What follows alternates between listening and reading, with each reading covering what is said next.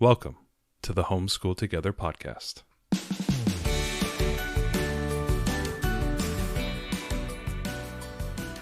Where one working mom and a stay-at-home dad help you navigate the nuts and bolts of the growing and dynamic world of homeschooling. With a focus on early learners, like me. All the ins and outs of building and maintaining your homeschool life. Homeschool. Find out tips and tricks to make things like this easier. I'm reading. And ultimately, enjoy educating your kids. And what's that last thing? Have fun together. Did I do good, Daddy? Yeah, you did, sweetie. Good job. Hello and welcome to Homeschool Together Short Bite Edition. If you haven't had a chance, join the Game Schooling Co-op. There's links down at the bottom. We're happy to promote it, and we're happy to be part of that game schooling community. And if you enjoy game schooling, if you enjoy these game reviews, if you enjoy us talking endlessly about games, you got to get over there. These are your folks. These are your folks. tribe. This is the tribe of tribes. Anyway, so these are the type of guys who have the D&D game going for like 20 years. These are the type of people. These are cooler than those people. Yeah, but D&D guys are cool now. No, these people are hip. way cool. It's such a diverse group of content creators that have so many great things to offer. We're so humbled to be a part of them. Yep, so absolutely. Definitely check them out if you love games. So today we're talking about pew pew pew pew pew pew laser maze. Okay, complete with sound effects. So, it's DIY sound effects, baby. So we're talking about Laser Maze from Thinkfun. Yep. We talked about Gravity Maze a few weeks ago. And you told me you had this on the shelf. Right. And what happened?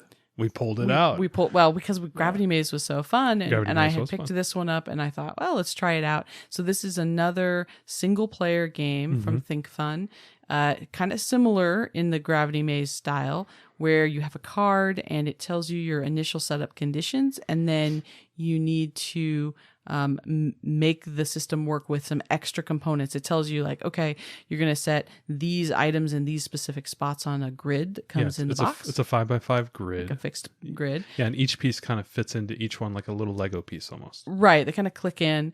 And so it'll say like, this is where you need to put all these pieces.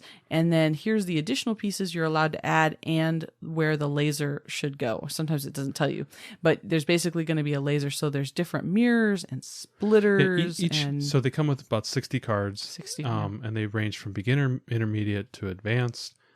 They have objectives on there that you have to achieve. And most of the objectives are like, you have to pass through every device, every little that's for piece. all cards. You have to pass through every piece. And then you have to have the laser shine on the back of this mirror and this mirror and this mirror, or whatever the objective might be. Right. So there's these corner mirrors, and on one side there's kind of a red piece that's the target. And so you have to hit it with the laser, it glows. Right, it glows. It's kind of the same thing as almost like a car reflector, a brake light reflector. Mm-hmm. So it's got that kind of I don't know, sheen to it, I guess. Yeah. So it'll tell you, you need the laser to hit these targets. So you're placing the laser down on this grid, and you're placing mirrors and splitters and other things in specific areas so that the laser beam will travel and hit the target in the end. So it's a logic puzzle, but it's super fun. Yeah, so they have basically target mirrors that will reflect in one direction.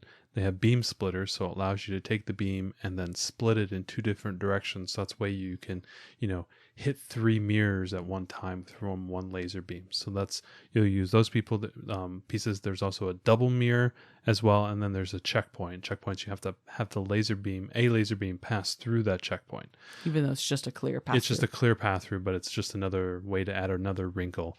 And these are kind of, if you think about them, they're like Rube Goldberg machines in a lot of respects. So you're trying to trigger something to happen that is then goes through some path and achieves an objective. And, Gravity Maze is like that as well. But Laser Maze, I liked it because I could see the path a little bit easier than with the gravity maze. The gravity maze has a 3-dimensional aspect to it, and the laser maze is 2-dimensional. And I actually thought that the gravity maze, playing both games, gravity maze was a little bit easier to play because it was easier. It is 2-dimensional. You're looking down on it, and you can almost see the Tron paths of the laser. Right, because you're dropping this marble, and so you're seeing how that's gravity maze. Yeah. With gravity maze, and you're seeing how it flows. You're testing it with the marble. You're seeing every step of the way, right? Because you're watching the marble roll from this piece to this piece to this piece. Whereas with the laser, you turn it on, and all you know is it's not hitting the target, and you can sometimes see where it's going through, but there's a little bit of a mystery there. You have to mentally follow the beam because not every piece is lighting up along the way. Only the target at the end lights up. Yeah, and there's a little bit more, like with the laser maze, you're right. It was a little bit more, I can't actually see the laser beam. Therefore, I had to kind of visualize it. So there's a little bit more of like I'm projecting some visualization onto the board. So that was kind of a cool thing. Yeah. I found myself like just looking down at the board with a really confused look.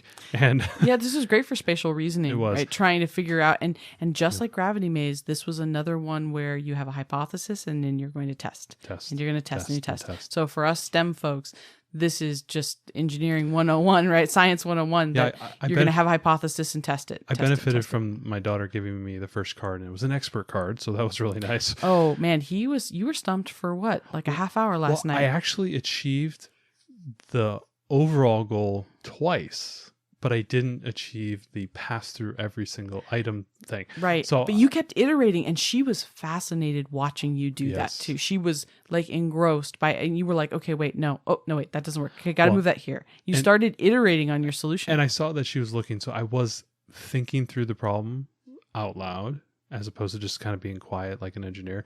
I was trying to think outside, so I was trying to educate her how I was thinking. So I a bunch of times where I actually got a solution, I thought I got it, and then you're like, oh no, you got to do also this thing, and I didn't know. So then I would pull all the pieces off the board again and then reattack the problem. And you're right, she was watching me do that. So this is a great game to do, if you're a STEM person or you're a science person or you like doing logic puzzles, this is a great game for that. And you can do it along with your learner, kind of going back and forth, working backwards or starting from the beginning and working out. Whatever your method is, it's a great way to speak through the problems. And also if you have multiple people, like there was 3 of us there, and you can almost do this as 2 people where you could almost have a team of people working through it. So it's not necessarily all one player. You can absolutely have multiple people there, but it was a lot of fun. You did a nice little wrinkle. Like if I needed a hint, you're like, oh, you have everything in the right position except for these 2 pieces. And then I can move things around. So if you get stuck, you can kind of get unstuck. The solutions to everything is on the back of the back cards. of every so card, yeah. You're never going to get ultimately stumped, which I like. I would hate if it didn't tell you the solution. So the game says that it's ages 8 and up. I would say if you want someone who could do all of the challenges and most of the challenges, that would be true. Our 5-year-old can do most of the beginner level challenges. So it's not that you couldn't get this for a younger learner. They just may not be able to advance. She's also pretty good with puzzles. So she's a good puzzler. She does like the logic stuff a lot. So maybe she's a little bit more advanced there. So that helps. Right. But you're right. It's the beginner ones were not very hard. Right. So it's something that might be able to grow with your child. If you want to get it for a 5 or 6-year-old, and then they would, grow into being able to do the advanced levels. The other thing I would say is that in more of a way than Gravity Maze. Gravity Maze, you could kind of freeform, make your own puzzle, but because it's dropping a level every time it moves through another block, it's a little bit, it diminishes, right? The marble diminishes every time. So it was a little bit harder for her to set up her own pattern. But with Laser Maze, it's super easy. So she puts the laser down and then she'll go ahead and put one of the mirrors, and then she'll play and put another mirror, and she can actually make her own patterns. And she's had a lot of fun playing with that. Yeah, just she couldn't have really done with Gravity Maze as easily. Yeah, so if you're torn between the 2 of these, I would really, really recommend you, if you want to start off, go with Laser Maze first and then move up to Gravity Maze. So see, I would go the opposite way. Really? Why? Well, so Gravity Maze for us was much easier. So our daughter was able to go through all of the beginner and most of the intermediate in Gravity Maze. She wouldn't be able to in Laser Maze. Gravity Maze was more hands-on. tactile. You're absolutely right. The beam splitter element of the laser maze is confusing because there's an orientation on which way you want to split the beam. It takes much more. I found it harder, but when I did it. Outside of that, I thought the 2-dimensional aspect was a little bit easier than the 3-dimensional aspect of Gravity Maze. So that's just my personal thing, but that's cool. That's funny. Like you think the other one's better, right? Well, because she really enjoyed the so the solution is buy both, right? Yeah, that's what we did. But and you can often find these at thrift too. I think because they have a limited number of challenges, people will use them up. I've seen them at thrift before, and it doesn't mean they're not great. It just means that once their child's gone through all the challenges, then they're ready for it to pass it on to another family. So definitely look for that. They're not very much new either. So, but I think that. I would say for a younger learner, I would go with Gravity Maze, and for a slightly older learner, I would go with Laser Maze first.